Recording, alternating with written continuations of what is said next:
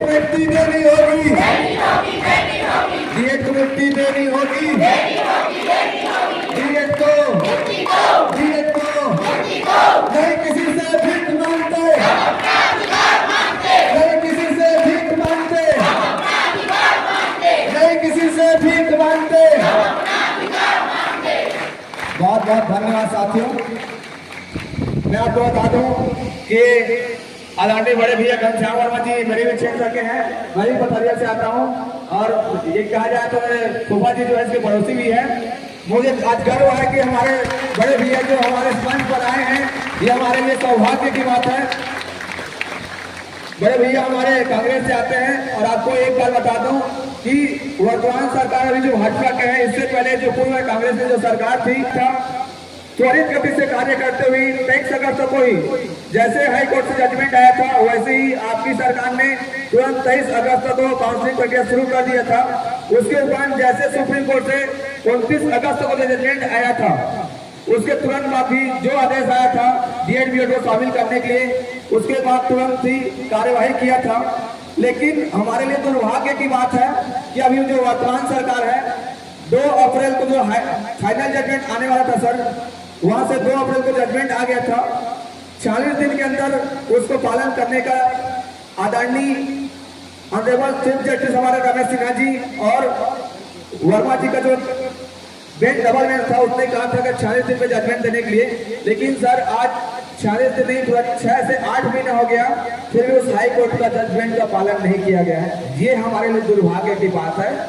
और उससे बड़ी दुर्भाग्य की बात है, सरकार को एक निष्पक्ष होना चाहिए था, चाहे कांग्रेस की हो चाहे भाजपा का। दुर्भाग्य की बात है हमारे इस प्रदेश में कि निष्पक्ष न होते हुए भी एक पक्षी फैसला करते हुए सरकार एसएलपी लेके जाती है सुप्रीम कोर्ट, जबकि उसको निष्पक्ष होना चाहिए था।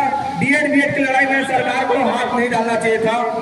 डाल भी दिए, ठीक है, कोई बात नहीं, अपना एक कर्मचारी का सपोर्ट करिए।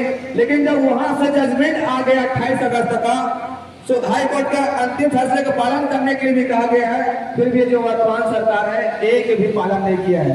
ये सीधा सीधा दर्शाता है कि हाई कोर्ट का अपमान है।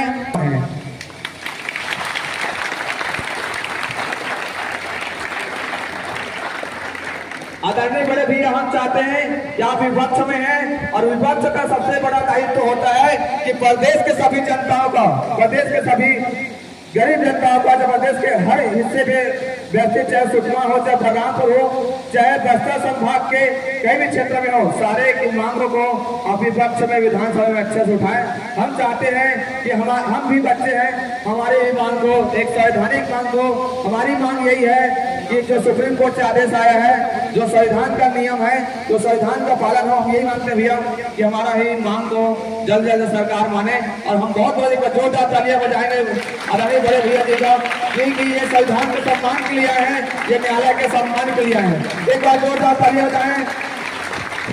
बोलो भारत माता की, भारत माता की, वंदे वंदे वंदे। हाई कोर्ट के आदेश का, सुप्रीम कोर्ट के आदेश का, हाई कोर्ट के आदेश का, सुप्रीम कोर्ट के आदेश का। बाबा साहेब भीमराव अम्बेडकर की, बाबा साहेब भीमराव अम्बेडकर की, बाबा साहेब भीमराव अम्बेडकर की।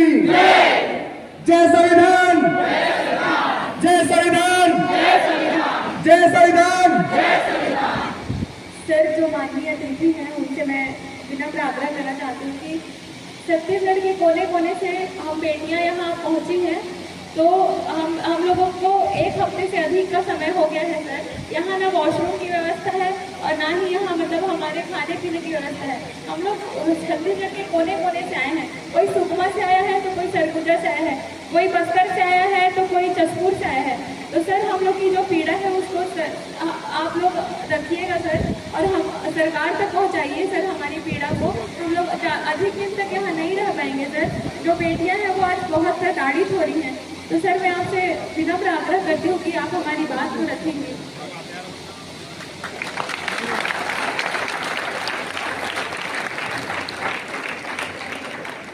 बोलिए भारत माता की। छत्तीसगढ़ महातारी की। आज यहाँ तोता मैदान में हमारे अनिश्चितकालीन धरना प्रदर्शन कर रहे हैं हमारे डिप्लोमा संघ के साथियों के द्वारा। देखिए, आज यहाँ पिछले एक सप्ताह से आप धरना प्रदर्शन पर बैठे हुए हैं। हम लोग भी धरना प्रदर्शन करते हैं, शासन का ध्यान आकर्षित करते हैं। और शासन अगर धरना प्रदर्शन से, आंदोलन से अगर ना माने तो हम कानून का सहारा लेते हैं, न्यायालय का सहारा लेते हैं। और यहाँ तो बड़ा अजीब सी स्थिति है। हाई कोर्ट के डिसीजन के बाद, सुप्रीम कोर्ट के डिसीजन के बाद फिर से आदेश को पालन कराने के लिए हमें धरना प्रदर्शन करना पड़ रहा है। बहुत दुर्भाग्य की बात है।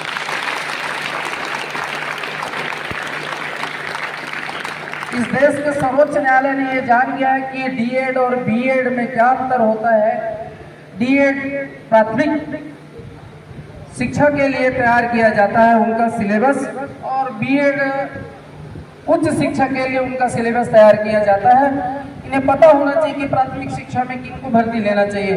जब माननीय उच्च न्यायालय ने और माननीय उच्चतम न्यायालय ने जब डायरेक्शन दे दिया है, पिछले 1.5 महीने से आपके पक्ष में अगर डायरेक्शन दिया है, तो सरकार को इस पर त्वरित अमल करना चाहिए। हम लोग बार बार बोलते हैं कि ये संविधान को नहीं मानने वाले हैं, ये संविधान के विरोधी हैं। भारतीय जनता पार्टी के बारे में हम लोग कहते हैं कि ये संविधान के विरोधी हैं, ये न्याय को नहीं मानते। माननीय हमारे छत्तीसगढ़ के विधानसभा में पूर्व शिक्षा मंत्री ने कहा था कि हम 33,000 शिक्षकों की भर्ती करेंगे। आप लोगों ने भी पढ़ा होगा कि कई स्कूल शिक्षकों की कमी के कारण बंद करेंगे, और ट्रोल हुआ है।